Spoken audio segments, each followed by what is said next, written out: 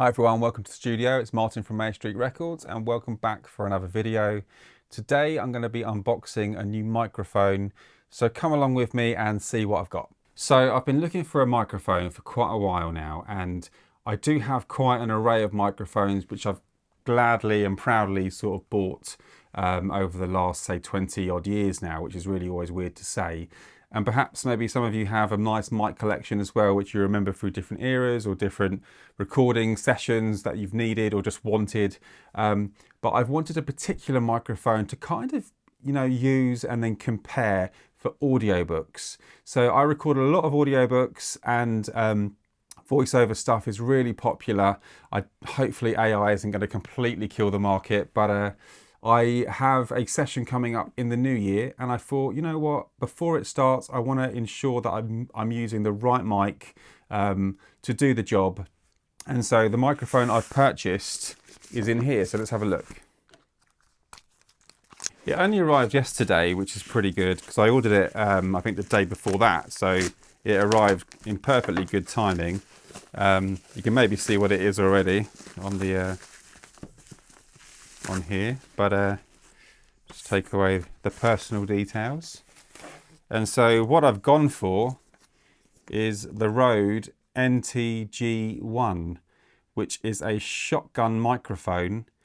And yeah, let's open it up and have a look at what we have inside. Most importantly, for any unboxing, try and keep the box intact, because if it somehow wasn't working or there was something wrong, you wanted to sell it in the future, pass it on, etc., you can at least present it nicely.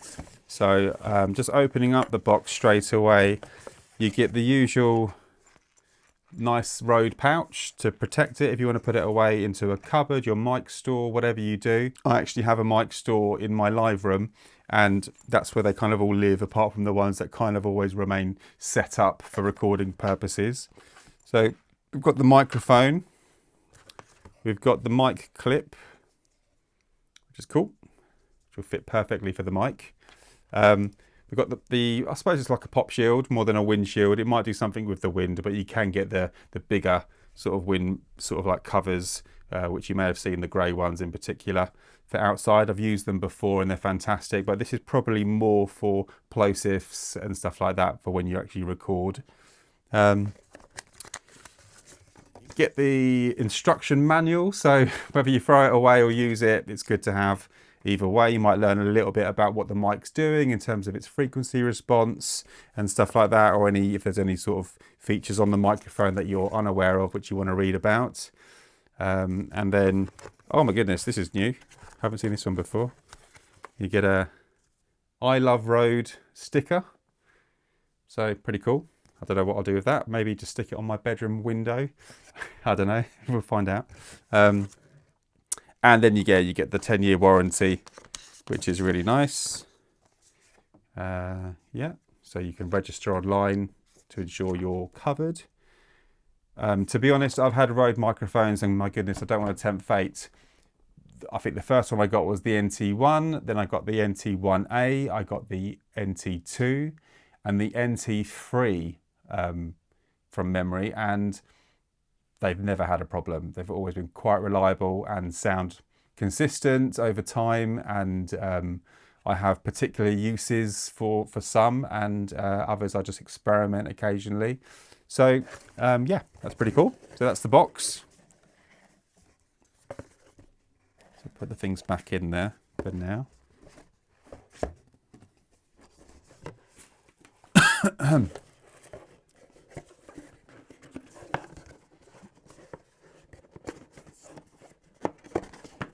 Definitely like the branding that they have for Rode. They have a picture of the microphone on there, which is really nice. They sort of remind you what's going on. They give you some details at the back. So in terms of this microphone, the reason why I wanted it is that it's a supercardioid pattern. Now, when I think voiceover, I really am just capturing what's in front of me. I want no room ambience, even if it's a dead room. I really just want to make sure the source is what's recorded. So that's what's drawn me to this particular mic. Plus it's a condenser microphone, which gives it but I feel more brighter sound within the mic, which is something I will eventually do a test with and maybe do a comparison with different microphones, one I normally use and with this one as well, to see was it worth, you know, the hassle. But ultimately, because it's a shotgun microphone, and that always sounds a little bit archaic and you know, a bit violent. The emphasis is that I could also use this with the right mount to sit on top of a camera. So when I go out to do any video work, for example, or outside stuff, I could use it to literally as a boom operator, keep it close, and you know, arrange for it to be a mobile microphone as well. So it's got its uses, but primarily what I'm doing is obviously making sure that I can use it within the studio, in the booth, or in the live room next door to record audiobooks and the spoken word. So I'll put this away for now. I'll get rid of the knife because that isn't needed. I've had this Leatherman forever, and it's a tried and tested knife, which comes with me. And I'll put that over here. So yeah, let's have a look a bit closer up. So the pop shield, which is branded as well. Some like that, some don't. I don't know, I just see it as something which is just sort of there. And they're quite right to advertise as they go along to make sure people know what great mics they might have. Yeah, the clip itself is very nice. It moves and it can be tightened by the looks of things if you want it to be set in a certain position, which is really good. Because I don't know about you, sometimes you have scenarios where you have the mic clip and the mic is so heavy you can't quite control the weights without counterweighting occasionally, or just really struggling to make it balance, but that's great.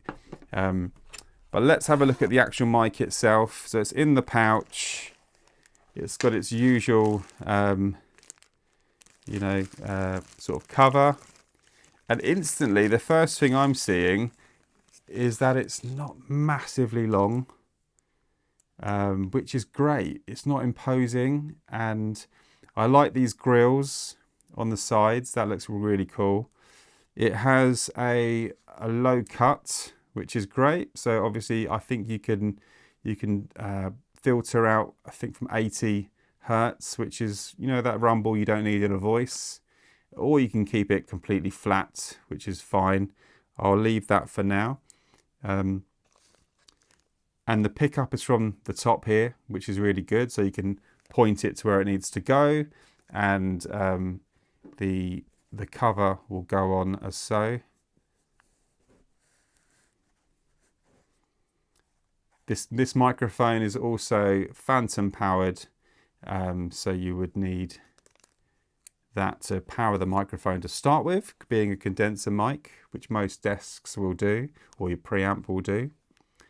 So yeah, and then the actual, I can take that bit off, the actual microphone, see how well it sits in there. Oh, I think if you tighten that, it will loosen this as well. No, it seems pretty tight actually to get that in. Super tight actually, so once it's in, it's kind of in, I think. It does go in, it's a bit of a push, but I suppose that's kind of done deliberately to make sure that it stays there, as I was sort of saying. But yeah, oh, I'll just tighten that up. That's where we are. That's the mic. So yeah, very light. That's what I would say. Very light. So I think I'm going to leave the video there. This really was only an unboxing to show you what I've just purchased for the studio. No sponsorship from Rode, nothing like that. I haven't been asked to talk about it yet or say how great it is. But on a normal level, I would just say that it feels great. It feels and looks professional, which I don't really, didn't have any doubt that it would be that way. And I'm looking forward to put it to its test, and most importantly, to hear it against other microphones, as I've mentioned. And that's the key. There's a reason you decide on certain microphones.